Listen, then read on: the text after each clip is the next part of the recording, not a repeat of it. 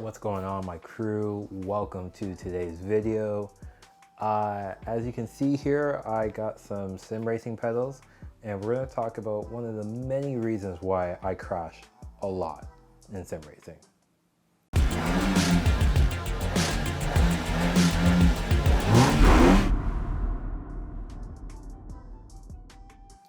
Okay, so as you can see in front of me, I have two different Thrustmaster sim racing pedal assemblies. This is a Thrustmaster T3PA. This is the pedal assembly that came with my steering wheel base. I got it as a package. And this is my new load cell pedal from Thrustmaster. It is the T-LCM.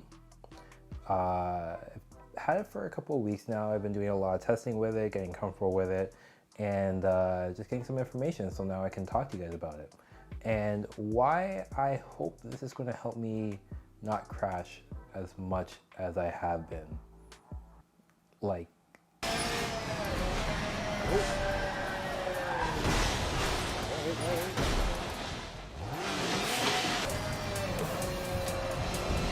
Oh, Troy, thanks for the follow. Whoop. Little tank slapper. Little crush window. Another one. First survived that turn. Oh, God. Jeez. yeah. Okay, so let's talk about what's going on here. Why the two different pedals? What's different about them? So these pedals work off of something called a potentiometer. So it's more or less a position sensor. So that's how the throttle works, that's how the brake works, and that's how the clutch works. And on this pedal assembly here too, we have the throttle and the clutch that work on that same principle. Hey peeps, Future Gerald here, and I just wanted to quickly touch on the differences between these two sensors. I know they're basically the same, but they go about it in different ways. The T3PA pedals, they use, like I said, the potentiometer, which if you want to think of it like changing the volume on like a radio or something like that, it's like a dial. And as it goes through its range of motion, it changes the resistance. Now with the new pedals here, they use a Hall effect sensor. Basically two magnets, and as the magnets get closer or further away, the magnetic field changes. That allows it to be contactless, so there's no moving parts that are going to be measuring the position. Also allows it to be very accurate and very fine in its tuning. So best of both worlds with the Hall effect sensor. Again, just position sensors. And we have our brake here. Now this is actually a load cell brake. So basically what that is that instead of measuring a position that the brake is at, it's measuring pressure at where the brake is at.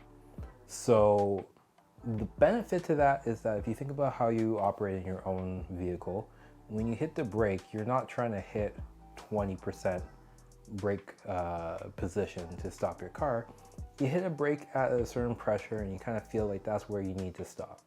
So this is supposed to be a lot more reminiscent of what you will feel in your everyday car, track car, whatever it may be. You're not looking for a position to stop the car, you're looking at a pressure. And that's how we all operate brake systems in a car. Now with these pedals, I have done some work to them just to try to get that feel. I found a brake mod that I'll put a link below in the description just to kind of help with that feel.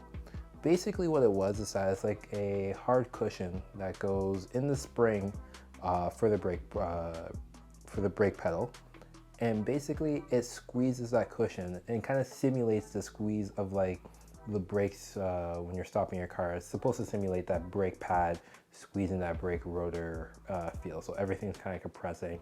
That's what it's supposed to simulate. It does a pretty good job at it, I'm not gonna lie, but you still are basing your brake input off of the position of the pedal. You're not really basing it off of the pressure. So with this, I can actually modulate the brakes based off of what I feel like I'm giving. I'm not looking at my foot while I'm sim racing to say, okay, that's far enough or whatnot. So that's where these become far more superior in that sense. Outside of that, and kind of just explaining like, you know, how they differ and how they work, even if you just look at the two pedals assemblies, this one is mostly plastic, so is this one, but you do have a metal plate here where your feet are going to be resting and stuff like that. So it does make it a little bit easier transitioning over your foot over. If you left foot brake, moving from the brake to the clutch is a little bit easier with that. That I found. These pedal faces are much larger, and this brake pad is huge, and it allows for easy heel toe braking. Also, I noticed that with the adjustments that have to be made on this one here, I actually adjusted it just to make that heel toe a little bit more possible, a little bit easier for me. I didn't have to do this on here. I left it at the standard settings that they shipped it with, and I found this plenty close. I was actually having no problems with it.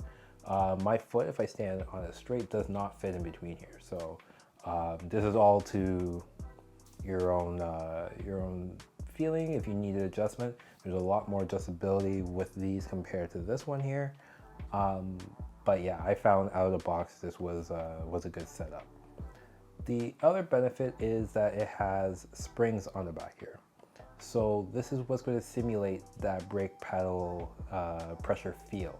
So you can go with soft springs to simulate like a soft brake pedal. You know, you just kind of step on it, it goes all the way down. And basically that, it just allows for the most amount of motion, but the least amount of resistance. So this might be almost as if you had like air in your brake system, in your brake fluid system, and it kind of felt a little spongy. That's where that would kind of come in. Not too sure who or why you would want that, but I'm sure there's a situation, right? So that's why that's there. And then you can increase it all the way up to the stiffest setup that they have, and that just simulates more of like a race brake pedal feel, where it's a solid brake pad feel. You get to a certain point, you hit it, and it's like instant engage.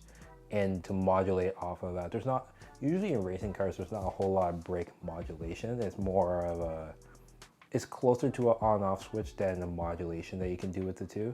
So when you go to a really stiff spring setup here, you're almost simulating that. I went with the stiffest spring on the bottom here with their second stiffest spring on the top.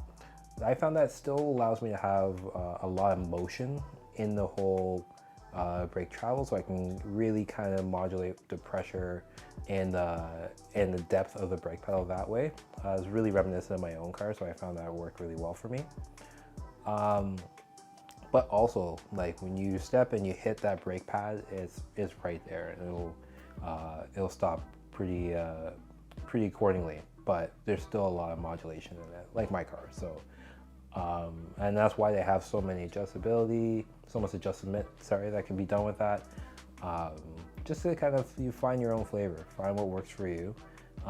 And the internet, the market has jumped all over this brake pedal assembly, and they've come out with mods for it. So there's a list of mods on what you can do to replace these springs with, you know, a dense rubber material. Some of them are using elastomers. There's a plethora of it. I'm not going to get into that because there are hundreds of reviews on this brake pedal assembly, and they go into so much depth on things like, you know, the build quality, there's everything you can think of, and they do such a good job at it. I'm not going to get into that. I'm just going to focus more on the driving. So speaking of the driving, let's get to that. All right, everyone. So now we are back on the sim. I have the non-load cell pedals, the T3PA, hooked up, and I'm in iRacing. So what we're gonna do is we're gonna do a couple laps and try to set a time, and more in that time just try to figure out how I feel about the pedals, We will have some telemetry up on the screen so we can kind of figure out like what's going on related to how I feel about them, and kind of get a educated understanding of why these pedals are different. So let's hop to it. So we are at Road Atlanta, and I am driving the Radical SR8. I have a mini enduro with that car coming up, so I figured just a little bit of extra practice won't hurt. So we have that loaded up. We're gonna do, I want to say 2 hot laps, and then from there figure out how I feel about the pedals. So let's hop to it.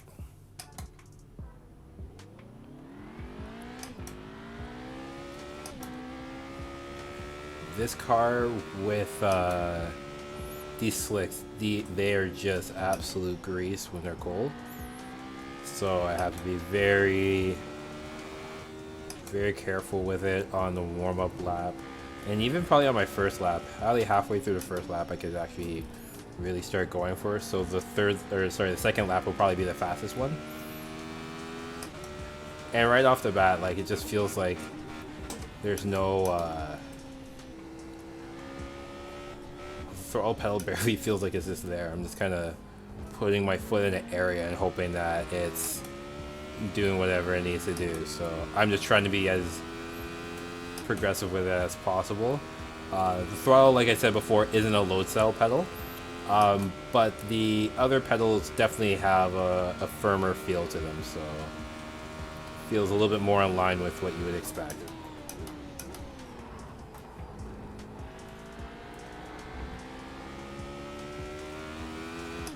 Alright, so just gotta be very careful with this car. It's very sensitive, so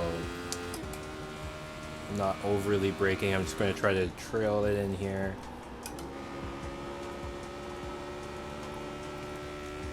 And brake at the top of the hill here. Oop. A little bit of lockup that I wasn't expecting. I didn't think I put that much pressure into it.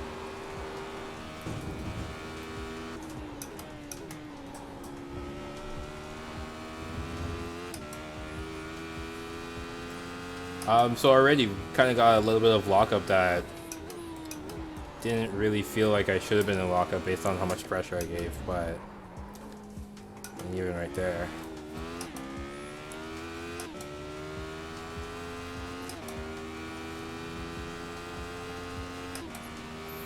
So these pedals do have a like a cushion inside the spring, and that's supposed to simulate more of like a load cell experience, something that's actually there that you're squeezing onto. And just don't think I broke enough there or gave enough pressure there. So it's supposed to help with that feel. 1 minute 18.1. Yeah, 118 is not that great. It's just kind of a guess because I can't really. You're still going based on the position. Ooh. You're still going based on the position, so you're not really.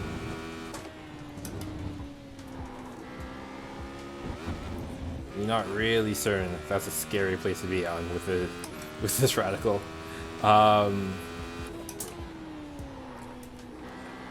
Like there, I hit the brakes harder than I really felt comfortable with, and that time I wasn't into lockup. So it's not a consistent feeling that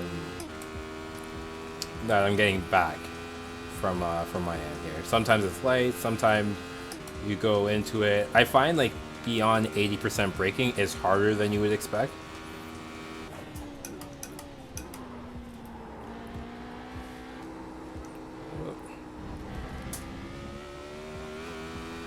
So we're not going to be able to put down a crazy fast time.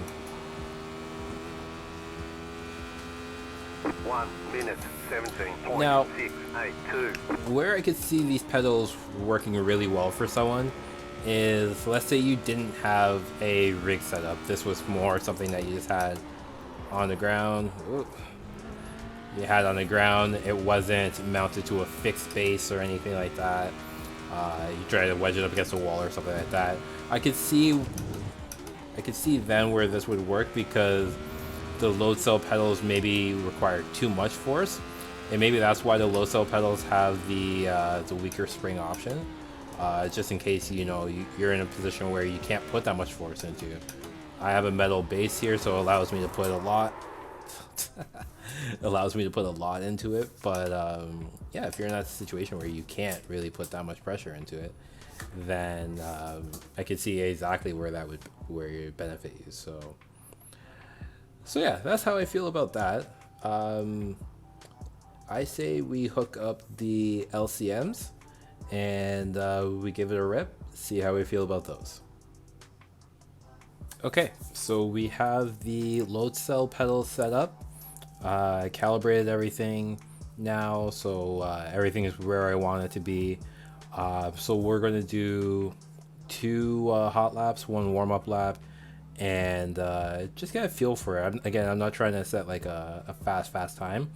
I'm really just trying to analyze how I feel about the differences between the pedals. So let's get to it.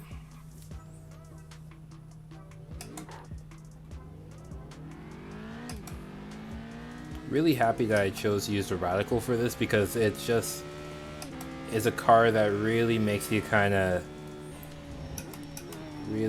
be very careful with your inputs. It doesn't reward anyone that's just going to beat up the car, because they'll bite back. And hopping curbs and stuff like that, it doesn't do bumps too well, almost losing it right there. So it requires you to be very smooth. Oop.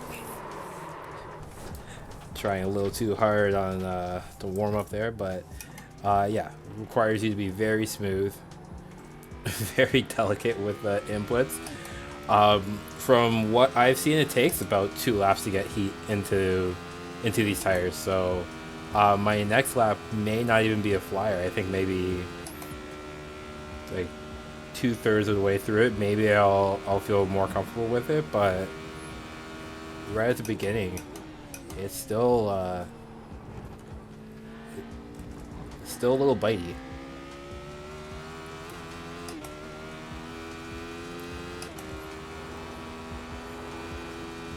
So one thing I'm definitely feeling is that I'm not guessing where the brake pedal needs to be. It's doing exactly what I want it to do. Got on the verge of locking up there,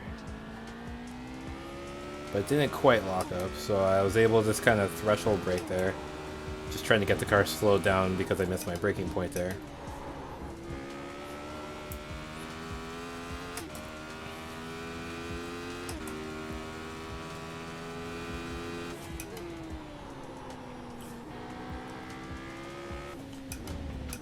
Now, if I was like a pro sim racer, I'm sure these traces would look a lot smoother and a lot better.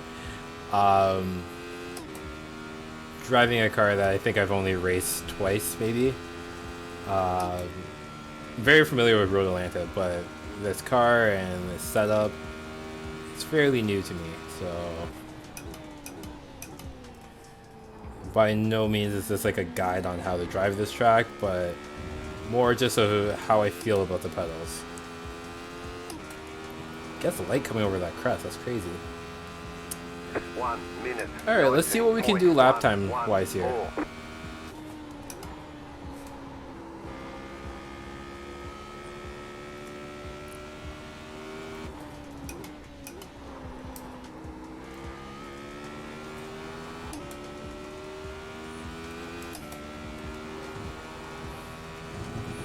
Really threading the needle coming down there.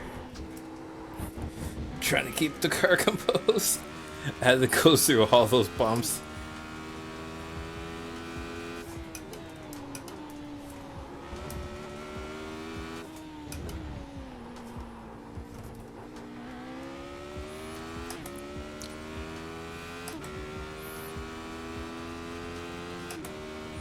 Really found it easier to get into that last turn there with just a little bit of trail braking, I think. So we are up on our delta. I don't want to push too hard now. Just kind of coast it through here.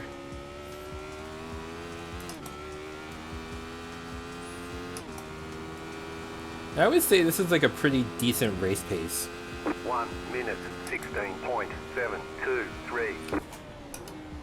I could see easily a second being left in there, just, you know, not getting so out of shape over those bumps. I know where the track is. Whoa. But yeah, these really kind of make me feel more like I'm in a car. When I hit the brakes coming into here, you know, I squeeze it and I'm listening for the tire screech too. So I'm listening to where that lockup point is, and then as I'm turning in, I'm trying to ease off the throttle. So it's even just right here. You can almost hear that the tires kind of communicating to you. And something setting wise I turned up, based on advice from many people. They're saying, you know, turn up the volume of the tires, because in real life those tires are everything. You need to be able to hear them. They really communicate to you what's going on. Even if it's not something you're expecting, let's say there's dirt on the track, it'll let you know that it's losing traction. So being able to listen to your tires is it's definitely a big thing. But yeah, these make it a lot more natural to drive a simulator. Now the question, do these pedals make me faster? Well, according to that, it does, but realistically, no. It doesn't make me at all faster. It's actually another learning curve to go through if you're used to the other pedals. What I would say is that it's all based on preference. If you're used to how the other pedals feel, the potentiometers, use those. I know several sim racers that are incredibly quick on very entry-level pedals, and they got used to it. They know how they operate. They got used to it. Going to a load cell pedal, even though, like, let's say they race in real life, doesn't benefit them whatsoever. So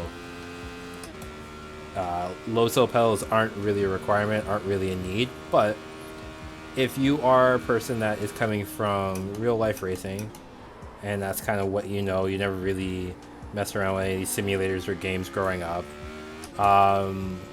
yeah, it's a tough learning curve to go through, and load cell pedals really help bridge that gap. So I would recommend it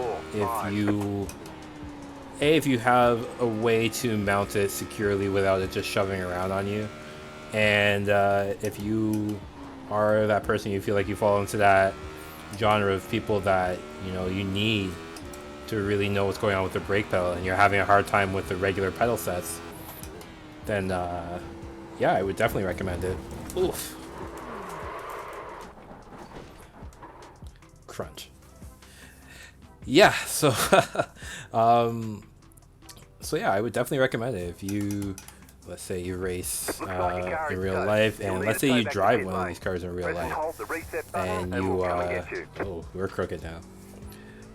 We're crowd walking here.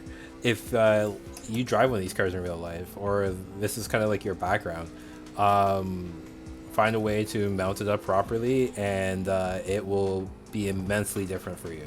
It will help you learn the car a lot better, and it just takes another element of trying to learn the computer game away, and more you can kind of use the skills that you already have, that are already there, that are built into your brain, that you maybe don't even realize.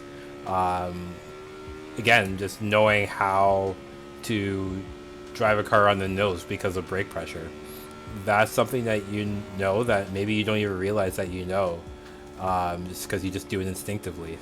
So this makes this a lot more instinctive. That's a good way to look at it. You just kind of drive, and this becomes more practice and less trying to figure out a game. So that's my take on it. Will this make me crash less? Apparently not. But I think overall, like, give it a little bit more time, I think I would get a lot more comfortable with them and maybe change the springs around and figure out what feels a little bit more ideal to me. And then from there, I think we're off to the races. Like, it's going to be perfect. So do what suits you. I think it's the best way to look at this. 2, 1. I'm going to pit here. Right here. Yeah, I think do what suits you best. Having that feel was something that I felt like I needed, and that's why I made the leap to do this.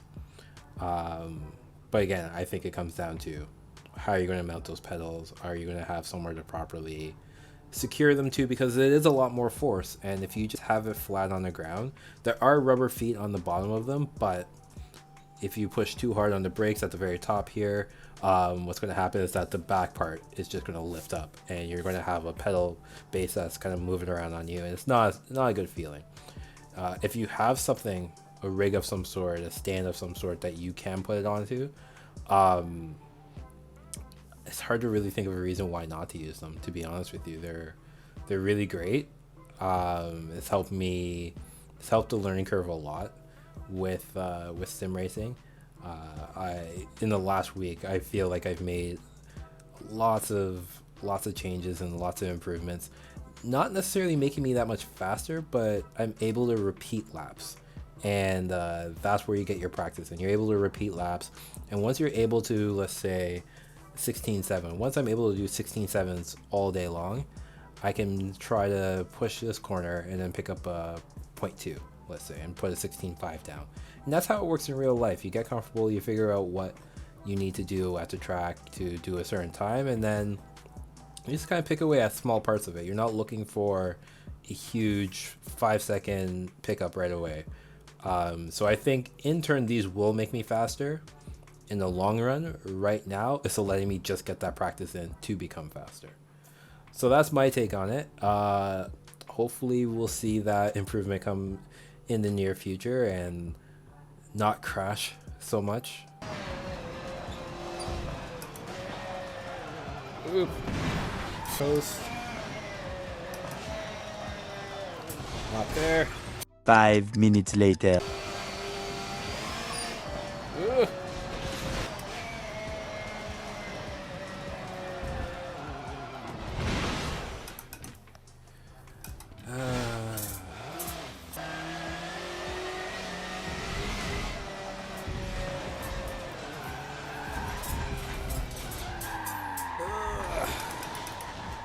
Just caught the grass. Stop it. Get some help. Ugh. The tank slaps in this car. Oh my gosh. The tank slaps in this car are very unforgiving. Yeah, I crash a lot. We're going to work on that. We are working on that. We want to make it so that we can get through a longer race, like an endurance race of some sort. Maybe that's something that's going to come up soon, an endurance race. Stay tuned for that. And on that note, I think I'm going to wrap it up, guys. If you like this content, you like these type of detailed explanations, hit the like button below. Also leave a comment on what you found was very useful to you from this discussion. And yeah, just so you see more future videos, hit the notification bell and hit the subscribe button. And then that way, whenever I come out with a video similar to this or anything like that, you'll be the first to know. And on that note, I'm going to call it. Really appreciate everyone watching the video. Until the next one, take care.